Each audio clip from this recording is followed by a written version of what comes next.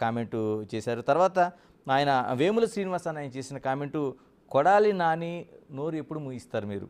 అంటే స్వాతి గారు, మీరు కొడాలి నాని నోరు ఎప్పుడు మూయిస్తారనేది ఆయన అడుగుతున్న ప్రశ్న.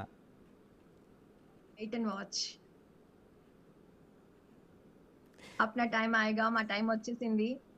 ఇంకా అతని టైం ఒక్కొక్కళ్ళది అండి. ఏదైనా సరే ప్రభుత్వం అంటే తెలుగుదేశం పార్టీలో ఉన్న పద్ధతి ఏంటంటే అండి, చంద్రబాబు నాయుడు గారు ఏంటంటే ఎప్పుడూ కూడా ఎవ్వరిని కూడా ఈగోయిస్టిక్ పాలిటిక్స్ లోకి తీసుకొని వచ్చేసి వాళ్ళ జీవితాల్ని నాశనం చేయాలనుకునే వ్యక్తి కాదు. కాకపోతే మా లోకేష్ అన్న ఖచ్చితంగా కార్యకర్తల్ని, మా నాయకులని, మా లీడర్స్ ని, మా చంద్రబాబు నాయుడు గారిని, కన్న తల్లిని అవమానించిన ప్రతీకారం అయితే ఉండబోతుంది. బట్ ఆ ప్రతీకారం ఎలా ఉండబోతుందంటే లీగల్ గానే వెళ్తారండి. అది తెలుగుదేశం పార్టీలో ఉన్న గొప్పతనం. ఇప్పుడు జగన్మోహన్ రెడ్డి గారు ఉన్నారు. లేని స్కిల్ డెవలప్‌మెంట్ కేసులో ఏదో ఇరికిచ్చేసి బాబు గారిని లోపల పెట్టారు. అట్లా ఉండదండి మా పార్టీలో.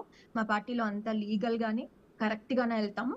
బట్ మీరన్నట్టు కొడాలి నానికి ఖచ్చితంగా ఉండబోతుంది. వదిలే ప్రసక్తే లేదు. ఏ రకంగా కొడాలి నాని, రోజా, వల్లభనేని వంశీ ఇంకొంతమంది ఉన్నారండి. వీళ్ళనెవ్వరిని వదిలిపెట్టే ప్రసక్తే లేదు. వాళ్ళు చేసుకున్న దానికి అనుభవించక తప్పదు. ఆల్రెడీ ప్రజలు బుద్ధి చెప్పారు. కానీ లీగల్‌గా వాళ్ళు చేసిన పనులన్నిటికి సమాధానం చెప్పి తీరాలి. చెప్పిస్తాము. స్వాతి గారు, మీరు గెలుపు తర్వాత, తెలుగుదేశం పార్టీ కూటమి గెలుపు తర్వాత ఒక పోస్ట్ పెట్టారు, అందరి లెక్కలు తేలుస్తామని. ఎప్పుడు తేల్చబోతున్నారు? ఖచ్చితంగా. ప్రతి ఒక్కరి లెక్క అండి. ప్రతి ఒక్కరి లెక్క ఎన్నెన్ని అవమానాలండి. మీరన్నారు తోట చంద్రయ్య గారిని చంపేశారండి. అమర్నాథ్ గౌడ్ బిడ్డ, ఒక అక్కకి అండగా నిలబడిన ఒక చిన్న బిడ్డ, స్కూల్‌కెళ్ళే బిడ్డని చంపేశారండి. ఆ తల్లి కడుపుకోతను తీర్చొద్దా మేము?